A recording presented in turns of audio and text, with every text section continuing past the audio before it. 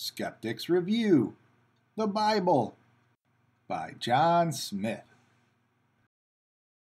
Exodus, chapter 11. Then the Lord told Moses, "Only one more plague to go. This one is definitely going to make the Pharaoh, whose heart I've been hardening for my own PR purposes, finally let you go in the desert for the 3-day animal sacrificing festival. So remember when I told you to tell the Israelites to just walk into any random Egyptian's house and ask for all of their loot, or just take it? Yeah, we're going to do that soon." So Moses says to the king, I thought the king told Moses if he ever saw him again, he'd kill him. Maybe it was still the same conversation. Moses says to the king, "Lord Yahweh said at midnight, every firstborn son in Egypt will die, from your son all the way down to the slave woman's son. Plus, Lord Yahweh will kill all the firstborn cattle." Wow, that's harsh, God. Now you might be asking here, didn't all the cattle die of diseases in one of the previous plagues? What did I tell you about asking silly questions? Jeez. Next, omnibenevolent pro-life God explains exactly why he's killing a bunch of kids and baby cattle. For his own PR. Then you will know that I am the Lord. God goes on to say that Pharaoh still has no free will of his own and that God is making him stubborn. How else was he going to perform such wonderful signs and wonders and kill a bunch of kids? You tell me. Exodus, chapter 12.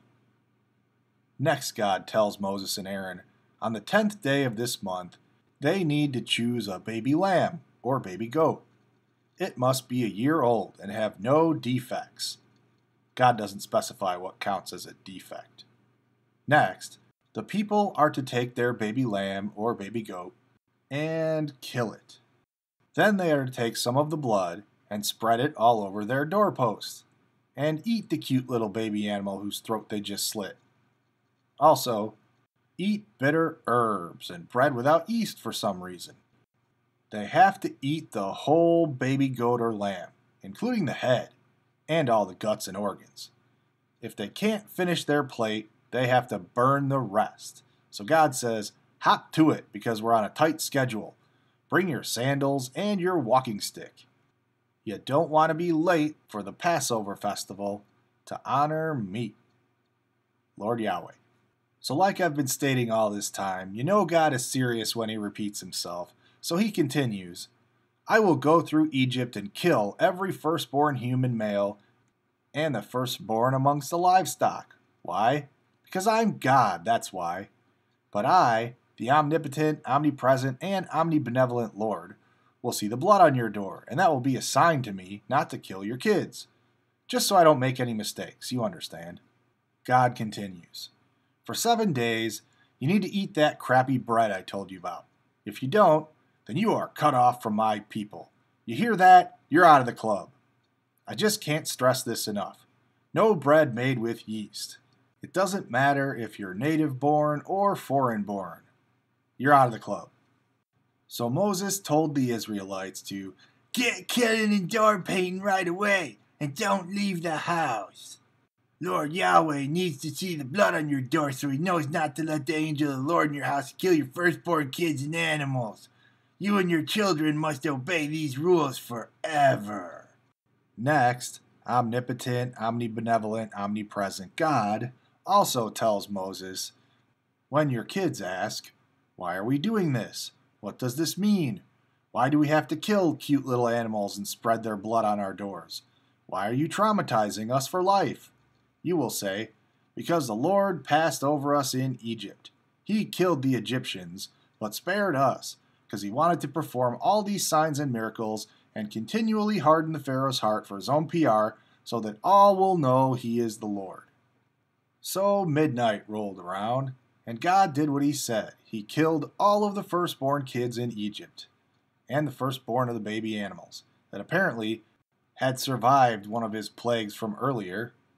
God killed all the kids, all the way up from Pharaoh's own kid to the kid of the prisoner in the dungeon, who couldn't have done anything about it, even if he wanted to, I guess. That's how Lord Yahweh rolls.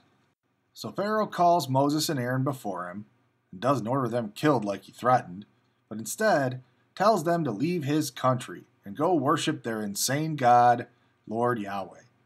Take all of your stinking animals with you too. The Egyptians urged the Israelites to leave as well. The Israelites did as God said and just went into any random Egyptian's house and asked for all their loot and clothes and stuff, and the Egyptians just gave their loot to them. No biggie. So the Israelites left. They numbered about 600,000 men, not counting women and children. Who counts those anyway? They were in Egypt 430 years. Finally, God gives Moses and Aaron some rules about the festival called Passover that they have to celebrate forever and ever. First, Lord Yahweh says no foreigners. God hates foreigners.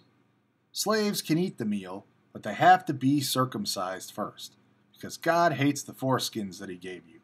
They're icky. No uncircumcised man can eat the meal or partake in the festival unless he gets that foreskin clipped off. And you have to clip all the foreskins in the man's household. I say again, no foreskins. So all of the Israelites obeyed and did what the anti-foreskin Lord had commanded to Levite brothers whose mother was their father's anti-wife. And the Lord brought them all out of Egypt.